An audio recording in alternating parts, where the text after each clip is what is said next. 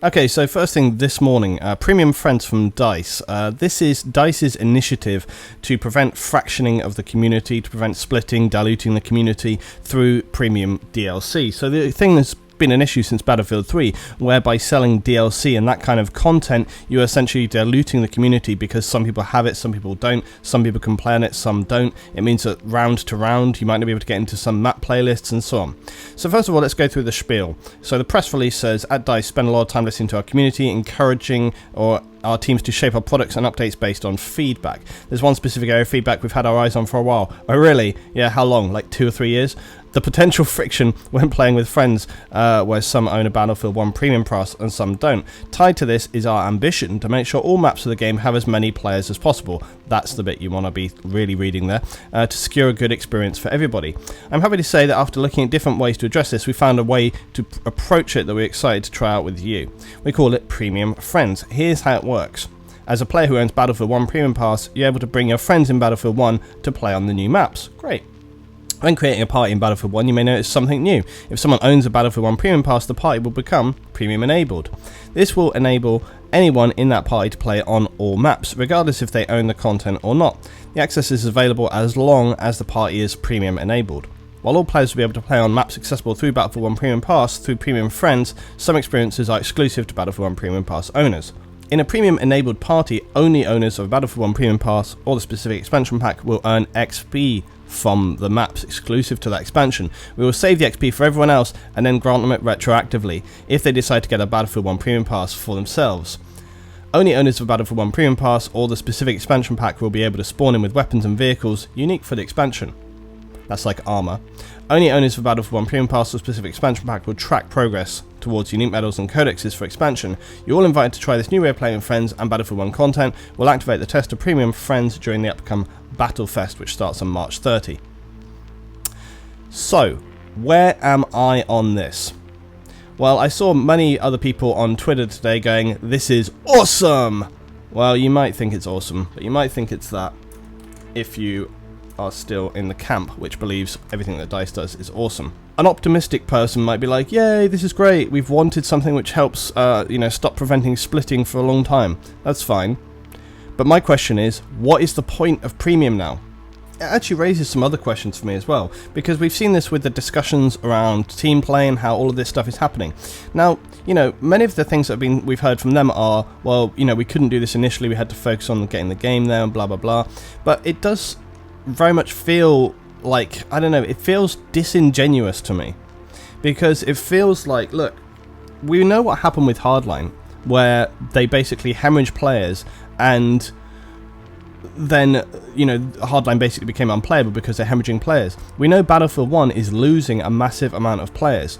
So look, like I say, the optimist in me says, hey, this is great, because it means, if somebody doesn't have Premium and you do, then they can jump in on those games, you can keep your friends together. Yeah, that's the face value way of looking at it. If you start to engage your brain and think about what is going on here, the reasons are maybe a little bit more complex. There's maybe a little bit more going on than meets the eye. So to me, also it reminds me of something else. Do you know what it reminds me of? And this is, I couldn't believe I'd be saying this. It reminds me of Warhammer 40,000 Eternal Crusade. Because that is exactly what Warhammer 40,000 Eternal Crusade are doing right now. The same thing. In Eternal Crusade, my last video where I talked about this, in Eternal Crusade, a game which by all standards is just not great at the moment, honestly, and a lot of their actions highly questionable. This is almost the same thing, because Eternal Crusade, what they have done is they've got a free-to-play element, okay, which this isn't free to play, you have to have bought the base game, but essentially you're free to play the DLC, okay? Now what Eternal Crusade are doing, they're saying like, hey yeah, come and join in free to play, but you don't get the experience, you don't get the XP, you don't get to unlock stuff, just like with this, okay? And then they say, oh yeah, and you can't use the equipment, etc. But if you decide to unlock, if you decide to buy the DLC, then hey, you get all that stuff unlocked again. So the feeling to me is that this is quite similar to that. You know, they're trying to kill two birds with one stone. They're trying to increase sales of DLC by sort of tantalizing people. And to be fair, there's nothing too wrong with that. You could look at it very cynically and be like, oh, just sales. I think you can look at that too cynically. I think that just by showcasing and giving people the opportunity, I mean, whichever way you look at it, it's enabling people who wouldn't normally be able to play on those maps and that DLC to be able to play on it. That's a good thing. And at the end of the day, the people who want to purchase it are going to purchase it. The ones who don't, they're not going to. So it's just, you know, it gives extra options to people. I don't think that's especially a bad thing. But I think the main thing that is going on here is mainly them trying to come up with some dynamic which will prevent that splintering, that fractioning, so that they can maintain player numbers, they can keep the player count up, and then that will prop up sales, that will prop up continued sales of that DLC, and it will also stop the community becoming very frustrated, very disillusioned, because they've had that for multiple times now. I think they're trying to show, like, hey, look, you know, we can maintain things. But look, there's another way of looking at this again, which is, it's not getting to the root cause. You're solving the symptoms of people leaving the game and not the cause of people leaving the game. And this is something that we have tried to say for ages. We've tried to say this since Hardline, and we've talked about it loads. You're solving the symptomatics of the problem, and you're not just getting to the root issues. The root issues are people are sick of the game being played by a ton of casuals, and you're not going to get that fixed. People are sick of the ridiculous grenade spam. People are sick to death. You never hear this, but people are sick to death of behemoths, okay? The whole behemoth concept and the elites, ridiculous gimmicks designed to basically just sell the game, which contribute very little, if anything, to the actual team play. And that's something I'll probably talk about soon as well.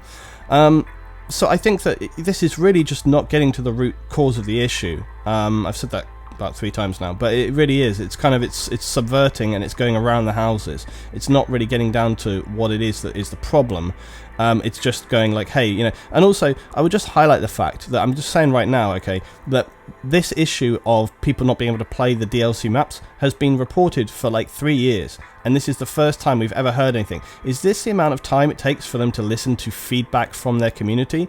Because if so, I think I would just actually say, guys, you need to get on point, because seriously, there's a little bit more feedback going on that you are not taking note of.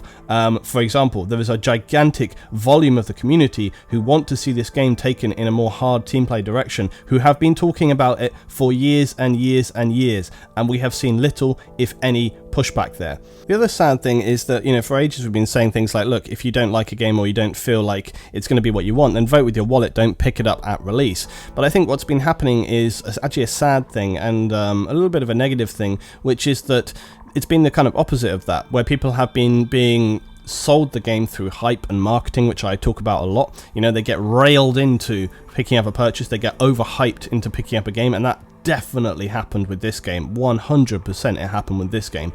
It starts to get really, really repetitive, but I mean, honestly, what can you say? There are many factors. You know, there's never a black and white issue with the game. You know, why are people leaving the game? There could be a multitude of reasons. You know, it's not one thing. If people are leaving a game, the same as with Hardline, there are issues there. You know, I'm sure that some people left Hardline because they didn't like the cars and the sort of speed of that element there. I'm sure some people left Hardline because they thought there wasn't enough destruction.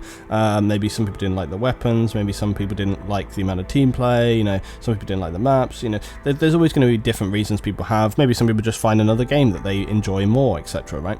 But I think with Battlefield 1, I think there are a few things I could point to more, which are like, you know, I think that the gimmicks of behemoths are stupid. I think they totally destroy some rounds gameplay. The concept of them in general is ridiculous. Like, oh yeah, you've lost real bad, so now we're going to give you this overpowered piece of crap, which takes loads of people actually off the battlefield. Just what on earth were they thinking? Like, I still have no clue, like, why that was a thing, other than something to sell the game. Like, here's an epic. It's very much like Levolution, and I've started to see this with DICE, and I hope that they stop doing it, is that they try to put something into the game which is like this huge, big thing, and, you know, it seems exciting, same as Levolution did in day one, and for the first few weeks, and then you're just kind of like, oh god, it's that again. You know, it's just, it gets really irritating, and the behemoths don't add anything other than, I said this in the beta, you know, they don't add anything other than taking people out of the game. They're a gimmick to reward bad players and make them feel like, hey, you're not doing so bad, and here's some kills for you, you know, and it's just kind of like, really, that's where we're at. It's just kind of like, ugh,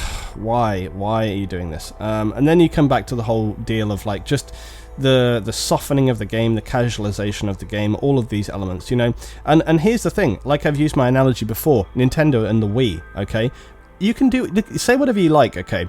Here's how it goes. You make your game more casual, alright? You make your game more casual because you want to sell it to a different audience than a sort of more hardcore, tight, niche audience. You're selling your game to a mass market. When you're selling your game to a mass market, okay, you are getting a load of people in who are going to purchase the game, but they're not going to stick with the game because you don't have like that solid community anymore. You have like a softer community, and then all of those guys that are coming into the game dilute the game because they don't stay with the game long enough to really bother to become really solid members for the game. What you end up with is these games that we have seen time and time again. Every single round that you play, 50% of your team are doing a good job, 50% of your team are doing nothing. That doesn't happen by accident. That doesn't happen just because that's the way things are. That happens because your game has been sold to a huge mass audience, and that mass audience by and large are not going to be the kind of people who commit into that game and play it really solidly.